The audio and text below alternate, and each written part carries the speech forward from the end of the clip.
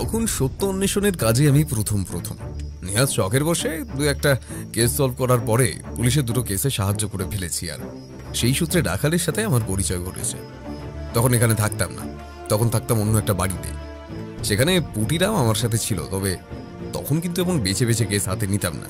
যেটা ভালো মনে হতো সেটাই নিয়ে নিতাম। আর তাছাড়া বুঝতেই পারছো তখন নতুন, তাই সমস্ত কিছু হাতে নিয়ে দেখার চেষ্টা করতাম, সেটা সামান্য চুরি হোক কিংবা অন্য কিছু। এমনভাবেই চলছিল। এমনভাবে চলতে চলতে একদিন রাখালবাবু বাড়িতে এসেছে। আমার বসার ঘরে তাকে বসিয়ে দিয়ে আমরা মুখোমুখি বসলাম। সে একটু ইতস্তত করছে দেখে বললাম, এ কি ব্যাপার বলো তো, সকাল সকাল বাড়িতে এলে অথচ এখনো চুপ করে বসে রয়েছো, কিছু বলছো না? কিছু কি হয়েছে? ইয়ে ব্যোমকেশ, একটা খুন হয়েছে।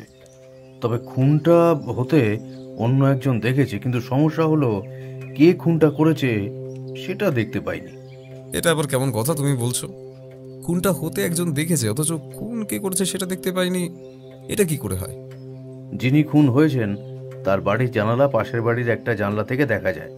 সেই জানলা দিয়ে রাতের বেলা ভদ্রলোক অন্ধকারে অল্প আলোয় আধারেতে খুন হতে দেখেছেন, এমনকি চিৎকারও শুনেছেন। তবে ভদ্রলোক বাড়ি থেকে বেরিয়ে পাশের বাড়িতে যাওয়ার আগেই খুনি চম্পট দিয়েছে।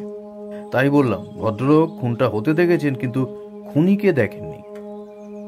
আচ্ছা, তারপর? যিনি খুন হয়েছেন তার বাড়ি থেকে কিন্তু কিছুই চুরি যায়নি।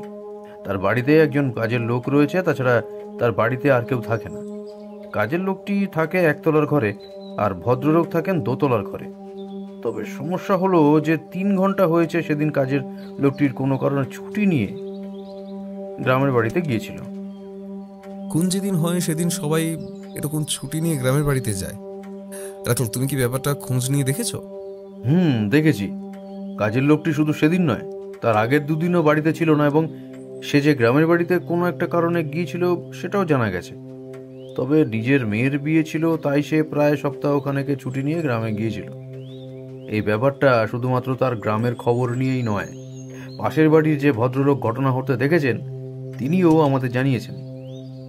আচ্ছা, কোনো কিছু চুরি গেছে কি? মানে ধরো ভদ্রলোকের ঘর থেকে দামি কিছু কিংবা তার আলমারি থেকে টাকা? টাকা পয়সা চুরি বোঝা যায়নি, কারণ আলমারি ভাঙার কিংবা খোলার চেষ্টা করা হয়নি।